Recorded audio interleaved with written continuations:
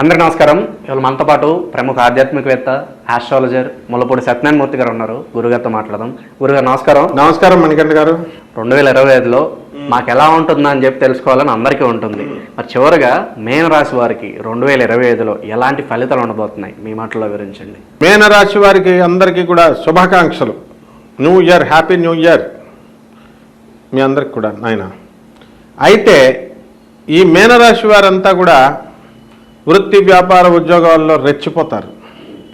శని 29వ తారీఖు నుంచి 2025 మీనరాశిలోకి, రాహుకేతువులు ఇద్దరు మే 29 నుంచి 2025 సంవత్సరంలో కుంభరాశిలోకి, ఆ తర్వాత మన గురుడు మిథున రాశిలోకి మే 30 నుంచి, ఆ తర్వాత మళ్ళీ చక్కగా కర్కాటక రాశి నుంచి మళ్ళీ రెట్రోగ్రేడ్ మిథున రాశి, ఈ విధంగా వరుసలో సంచారం చేస్తున్నాడు.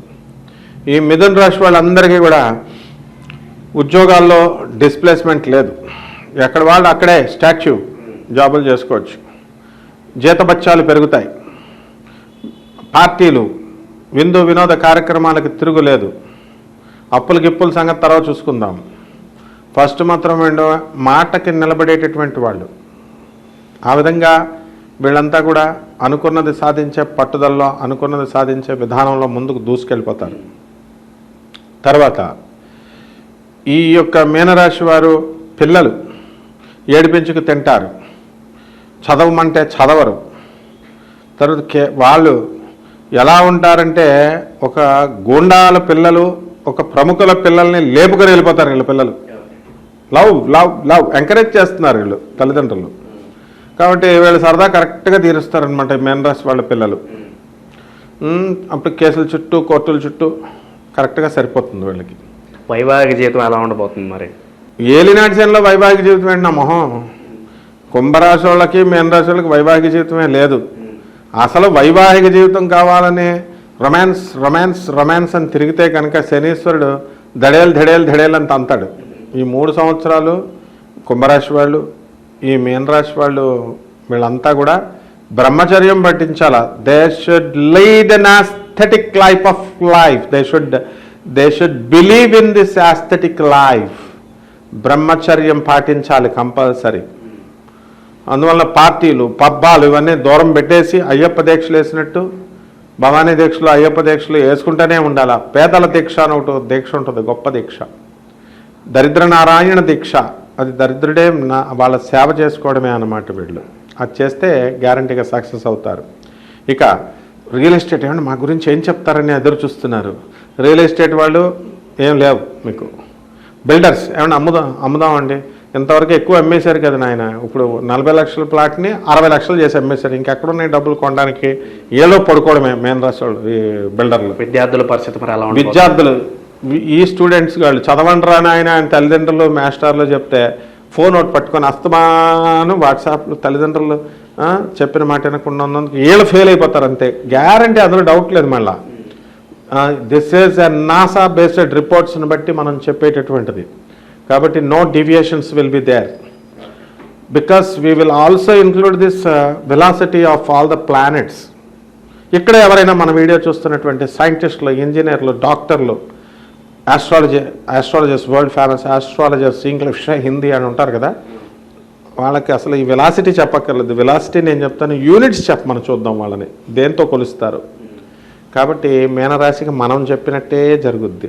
పెళ్ళాలు వదిలేస్తారు మొగుళ్ళని, అత్తగారుల్ని, పిల్లల్ని, మరదల్ని, తమ్ముళ్ళని అందరినీ సరిగ్గా చూడకపోతే. కళత్రపుత్ర శత్రుత్వ కారణాయ నమః. మార్చి 29 తర్వాత ఇదిగో శ్లోకం కూడా చెప్తున్నాను. మరి ఆరోగ్యపరంగా ఎలా ఉండబోతుంది? మఠాష్ అంతే అనమాట. ఎందుకనంటే మా ఏలినాటి శనికి పెరాలిసిస్, కొలెస్ట్రాల్, ఈ వ్యాధులన్నీ కూడా వచ్చేస్తాయి. వీటి నుంచి తప్పించుకునే ఉపాయం ఉంది. ఎలాగంటే వీళ్ళ జీతాల్లో 10% పేదవాళ్ళకి ఖర్చు పెట్టాలి. మనుధర్మశాస్త్రం, మనుస్మృతి, దీన్ని కనుక చేసినట్లయితే కంపల్సరీ. ఈ నెలలో మారుతారు. మారకపోతే నన్ను అడగొచ్చు. 10% ముందు ప్రతి శాలరీ వాడికి ఖర్చు పెట్టేసి నాకు ఫోన్ చేయమనండి. మారకపోతే నన్ను అడగమనండి. వాళ్ళకి పెరాలిసిస్ వచ్చేది ఆగిపోద్ది. That is the magic of the greatness of the god. శుభకార్యాలు జరగడానికి ఇంకెంత సమయం పట్టవచ్చు అంటారు? మరి నమస్కారం కనిపిస్తున్నారు 2025లో శుభకార్యాలు చేస్తారు. 5 లక్షలకి అయ్యే పెళ్లి ఖర్చు 15 లక్షలు ఫంక్షన్ హాల్కి ఇస్తారు, పేదవాళ్ళకి రూపాయి ఎవరు. మటన్లు చికెన్లు పెట్టి భోజనాలు పెడతారు. ఈ ఎల్నెట్స్ అని ఉంది కదా, కూతుర్ని కోడల్ని డిఫరెన్స్గా చూస్తారు, కొడుక్కి ఎక్కిస్తారు, పెళ్లి చేసేసిన తర్వాత వదిలేయాలి తల్లిదండ్రులు. ఈ రాహు ఉన్నాడు కదా, లాజిక్ ఉన్నది నేను చెప్తున్నాను, సప్తమ రాహు. దాని ప్రభావం మరి లొంగిపోకురా, మరి అత్తగారి మాట వింటున్నావురా, మరి మామగారి మాట వింటున్నావురా అని జోక్గా సరదాగా చెప్పినా కూడా వీళ్ళకంటే చనువుగా కొడుకు అత్తగారు మామగారితో మరి కొత్త వాళ్ళతో తిరగడా. ఇప్పుడు నా ఫ్రెండ్స్ అందరూ వదిలేసి కొత్త వాళ్ళతో పోతారు. జలసీ ఫీల్ అయితే అలా పోతామనే, మనతో ఉన్నవాళ్ళే మనం అని నేర్చుకోవాలి ఈ తల్లిదండ్రులు. అలా రెచ్చగొట్టేస్తే పాప చిన్నపిల్లలు వెళ్ళిపోయి మూడు పిల్లలు అత్తగారి మీద కక్షలు మామగారి మీద కక్షలు పెట్టేసుకొని పెళ్ళిళ్ళు పెడాకులు విడదీసేసుకొని కోర్టులకు ఎక్కిపోతారు. ఈ విధంగా జరగడానికి మీనరాశి వారికి అవకాశాలు ఉన్నాయి. ఉద్యోగస్తుల పరిస్థితి ఏంటంటారు? ప్రభుత్వ ఉద్యోగులు అలాగే ప్రైవేట్ ఉద్యోగులు వీళ్ళ పరిస్థితి ఎలా ఉండబోతుంది? మరి ప్రభుత్వ ఉద్యోగస్తులు వాళ్ళు దగ్గరెట్టుకొని పని చేయకపోతే ఇళ్ళకి వెళ్ళిపోతారు. రేవంత్ రెడ్డి ఇలాంటి పవర్ఫుల్ సీఎంస్ ఉన్నారు.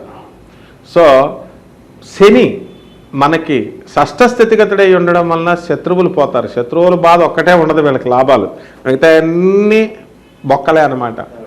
సో ఈ మీనరాశి వారికి అదర్ సోర్సెస్ నుంచి ఇన్కమ్స్ బాగా వస్తాయి, జీతాలు బాగా వస్తాయి, నిద్ర బాగా వస్తుంది అందరికీ కూడా. అలాగే ప్యాసిఫై కోసం అయ్యప్ప మాలలు వేస్తారు వీళ్ళంతా కూడా. శాంతి శాంతి శాంతి.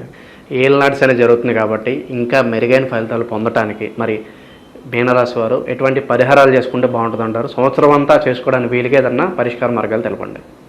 శని జపం చేసుకోవాలా, శని స్తోత్రాలు చదువుకోవాలా, శనికి కిలోంపావు నల్ల నువ్వుల్ని నల్లని వస్త్రాన్ని పేద బ్రాహ్మణులకి శనివారం నాడు ఉదయం 8 గంటలకి దానం చేసుకోవాలి. దశ మహావిద్యల్లో ఒకటైనటువంటి మహాకాళి అమ్మవారి యొక్క హోమాన్ని మీరు ఇళ్లలో జరిపించుకోవాలి. పేదవాళ్ళకి ఇతోధికంగా సన్యాసులకి పేదవాళ్ళకి పంచుడే పంచుడు. అప్పుడు అలాగే రావి చెట్టు చుట్టూ 108 ప్రదక్షిణాలు చేయాలి కనీసం శనివారం నాడు. జిమ్ములకి వెళ్ళి వాకింగ్కి వెళ్తే కాదు, రావి చెట్టుకి నీళ్లు పోయాలి 3 బకెట్లు. రావి చెట్టు చుట్టూ తిరిగితే వాకింగే. అలాగే మన మేడి చెట్టు ఉంది, మేడి చెట్టుకి నీళ్లు పోసి దిగంబర దిగంబర శ్రీపాద వల్లభ దిగంబర చేస్తే వీళ్ళ యొక్క సమస్యలన్నీ తీరిపోతాయి. ఏలినట్స్ ఏం జరుగుతుంది కాబట్టి నవగ్రహాల చుట్టూ తిరుగుతూ చక్కగా ఓం శనేశ్వరాయ నమః అంటూ మంత్రాలతో వేసుకోవడం.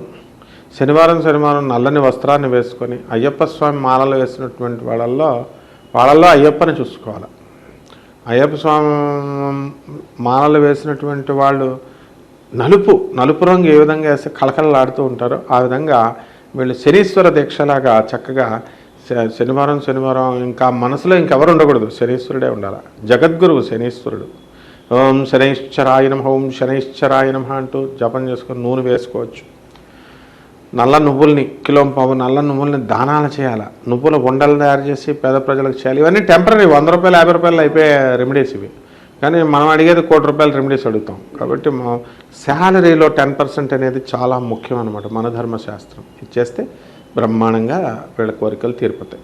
2025లో మీనరాశి వారికి ఓవరాల్గా ఎలాంటి ఫలితాలు ఉండబోతుందో తెలియజేసినందుకు ధన్యవాదాలు. ధన్యవాదాలమ్మా.